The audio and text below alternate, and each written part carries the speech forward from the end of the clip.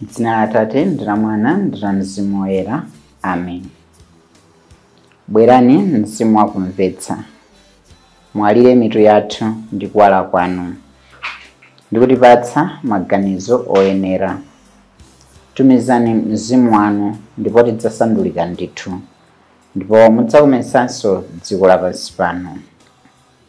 Ulemu ukhale kwa Atate ndi kwa Mwana ndi kwa Mzimu Woyera, monga panali poyamba ndi tsopano ndi masiku onse ndi pa nthawi zosatha. Amen.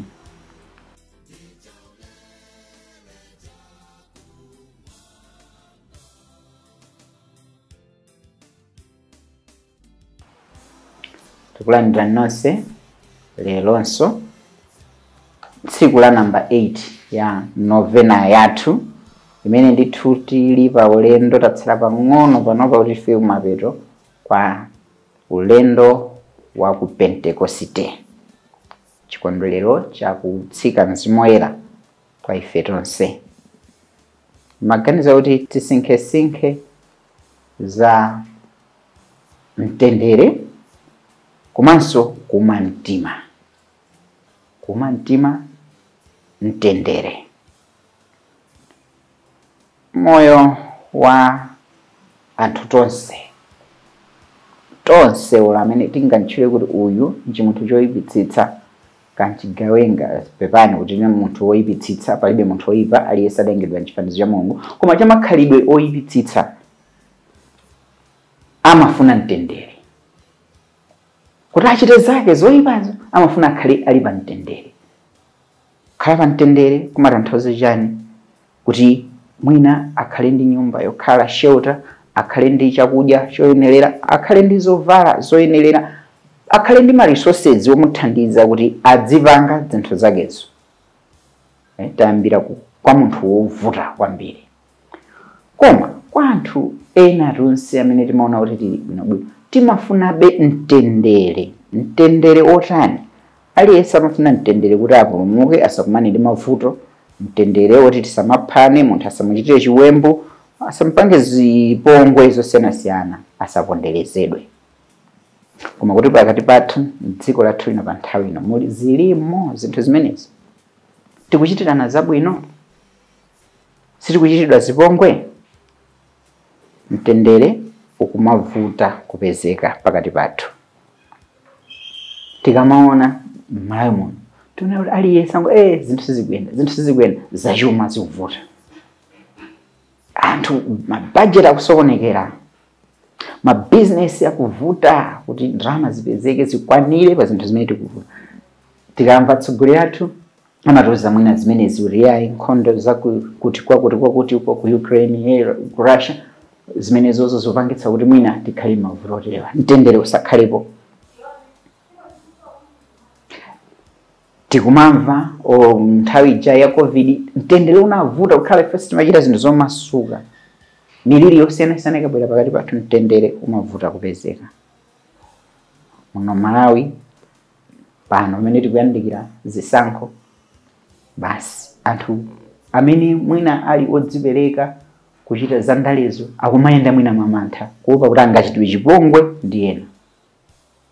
Mwinanso anthu opemphera kuti anene bwinobwino nkumapemphera kulangiza anthu andale pa zina, akumachita mantha kuti anenedwa mwina kuti inu mwakulolera chani ndale.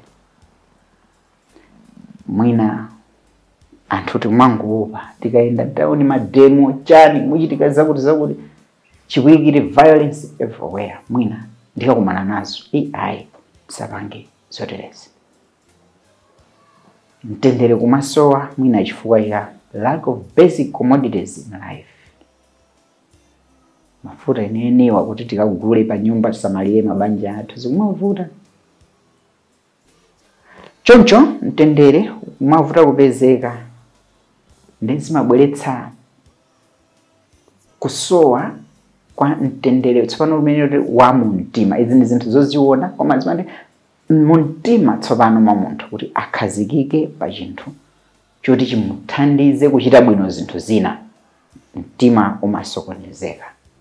Ambuye Yesu ali ndi mawu otani pa zimenezi? Yohane 14:23 mpaka na 27. Yesu adati, ngati munthu andikonda adzatsata zimene ndanena ine, Atate anga adzamukonda ndipo ife tidzabwera nkukhazikika mwa iye. Munthu amene sandikonda satsata zimene ndinena ine. Mawu amene mukuwamvawa si anga ayi, koma ndi Atate amene adandituma. Zimenezi ndakuwuzani ndikadali nanu. Koma Nkhoswe ija, Mzimu Woyera, amene Atate adzamtuma m'dzina langa, ndiye adzakuphunzitsani zonse zimene ndidakuwuzani. Ndikukusiyirani mtendere, ndikukupatsani mtendere wanga. Sindikukupatsani mtenderewo monga mmene dziko lino lapansi limapatsira ayi. Mtima wanu usavutike kapena kudankhawa. Mawu ndithu othunzitsa mtima kuchokera kwa Ambuye Yesu, opereka mtendere weniweni, si izo timazitchula kuyambirira zija ayi, koma ndi Ambuye Yesu. Kodi tikukhulupirira zimenezi? Tiyeni tipemphere salimo limodzi. Chauta akupereka mtendere kwa anthu ake. Chauta, inu mudakomera mtima dziko lanu, mudalola kuti zinthu ziwayenderenso bwino ambanja la Yakobe. Mudakhululukira machimo anthu anu, mudafafaniza zolakwa zawo zonse. Mudaleka ndithu ukali wanu wopsa, mudaletsa mkwiyo wanu woyaka moto. Ndimve zimene Chauta adzalankhula, poti adzalankhula za mtendere kwa anthu ake, kwa anthu ake oyera mtima, ngati sabwereranso ku zopusa zawo. Chikondi chosasinthika ndi chokhulupirika zidzakumana, chilungamo ndi mtendere zidzagwirizana. Anthu ake adzakhala okhulupirika pansi pano, ndipo Mulungu wakumwamba adzawalungamitsa. Chauta akupereka mtendere kwa anthu ake. Mmene tamvera, mtendere weniweni si wa zinthu zimene tikuzionazo ayi. Mtendere weniweni suli mu mphamvu zimene ena tikuzilakalaka, timazilakalaka m'maudindo osiyanasiyana ayi. Mtendere suli kusuta, kuti ndikasuta ndipeza mtendere ayi. Ndikamwa izi ndipeza mtendere ayi. Ndikapita m'mashow ngati yawo ndipeza mtendere ayi. Ndikayendako nduyu ndipeza mtendere ayi. Khristu mwini wake ndiye mtendere wathu. Watiuza yekha, mtenderewo umene ndikupatsani ine si umene dziko lapansi limapereka ayi. Aefeso amanena kuti Khristu mwini wake ndiye mtendere wathu. Pakupereka thupi lake anagamula khoma la chidani limene linkatilekanitsa. Aefeso 2:14. Mtendere umene Yesu amapereka ndi wopitirira nzeru zathu. Afilipi 4:7.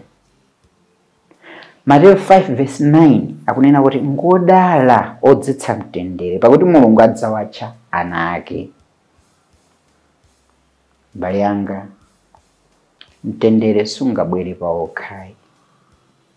Tiyenera kuti tichitepo kanthu. Pamene tizindikira kuti apa pakusowekera kuyanjana ndi munthu, tichitepo kanthu. Usadikire wina, uyambe ndiweyo. Pamene tizindikira kuti uyu akusowa chakudya, uyambe ndiwe. Ngati uli nacho, mugayire. Ngati tizindikira kuti wina waphinjidwa motero, uyambe ndiwe. Chitapo kanthu kuti ophinjidwayo muchichotse chimene chikumphinjacho. Paulo yena 1 Korinto mutu 1 oyamba, mene amayamba kuwalembera Korinto kalata, monga mazolowera kuyamba ndi mawu ofunira zabwino ena. Akuyamba ndi mawu othunzitsa mtima tonsefe. Ndi mawu amene ndi greeting moni umene tonsefe timayenera tidzipatsana tikakumana nthawi ndi nthawi. Mulungu Atate ndi Ambuye athu Yesu Khristu akukomereni mtima ndi kukupatsani mtendere. Mawu abwino kwambiri, moni wokoma umene inu ndine tiyenera kumapatsana posatengera kuti uyu ndimalandira zakuti uyu ndi ndani wangu, uyu adandichitira zakuti uyu adani. Ayi, moni wokoma. Mulungu Atate athu ndi Ambuye athu Yesu Khristu akukomereni mtima ndi kukupatsani mtendere. Kodi kumene ndimakhala inu mtendere wenu ulipo? Nyumba muno tili muno, kodi mtendere ulipo kapena ayi? Ngati ukusowa ifa chani? Kutheka mwina adachita ndi awo zoti mwina ine ndikuyenazo ndamasula mkwiyo wanga. I'm the one to take a step. Ine ndikuchita chani kuti ndidzetse mtendere umene palibepo pamene ndimakhalapo mpingo mwanga, mdziko lathu tikuyandikira zisankho. Tikuchitapo chani abale anga kuti tisayambane tisamenyane? Kati ni maudindo otani othandiza kuti zisankho ziyende bwino? Tikupangapo chani kuti ifeyo tikhazikitse bata ndi mtendere? Tangonani apa timapanga all inclusive conference ya public affairs committee amatithandizira. Anthu atutsa nkhawa zawo pa zimene akuziona. Kodi ifeyo adindo tikuchitapo chani? Tichitapo chani kuti tidzetse mtendere pamene tikuyandikira ku 16 September? Ife tonse opemphera timadalira Mulungu. Ife amene timakhulupirira Khristu tikudalira Khristu amene atiuza kuti mtenderewo ndiyeyo amapereka mtendere. Teni tipemphere zolimba kuti Khristu atipatse mtendere. Khristu potipatsa mtendere akutipatsa kudzera mwa Mzimu Woyera. Mzimu Woyera amagwira ntchito yotani mwa ife? Amatipatsa mtendere wozama wa mtima mwathu. Amati you cannot give what you don't have. Mtendere umayenera uchokere mu mtima. Tsono ngati mu mtima mwathu mulibe mtendere, tipereka chani? Mzimu Woyera amatipatsa luntha la kuzindikira ntchito za mtendere pakati pa anthu. Ena sititha kuonapo za mtendere nthawi zonse kumaona violence pa anthu. Ayi, Mzimu Woyera timulole azitithandiza kutsekula maso athu ndi kutha kumaona mtendere. Mzimu Woyera amatipatsa mphatso yachimwemwe chopanda malire. Pamene pali mtendere anthu amakhala ndi chimwemwe. Tonse tizikhala anthu okondwa. Ngakhale pamene pakuoneka kuti pali zowawa, ifeyo tikapitapo tibweretse chiyembekezo ndi chimwemwe kwa anthuwo, kwa anthu amene akupsinjidwawo. Tipemphere. Ambuye Mulungu, mtendere wa onse ndi ubwino wa onse umachokera kwa inu. Tikupemphani mutitumizire Mzimu wanu Woyera kuti mphatso yake ya mtendere ikhaledi m'mitima mwathu, ndipo tithe kuufalitsa kulikonse kumene tipita. Mwa Yesu Khristu Ambuye athu. Amen. Madalitso a Mulungu wamphamvu zonse, Atate ndi Mwana ndi Mzimu Woyera akutsikireni ndi kukhala nanu nthawi zonse. Amen.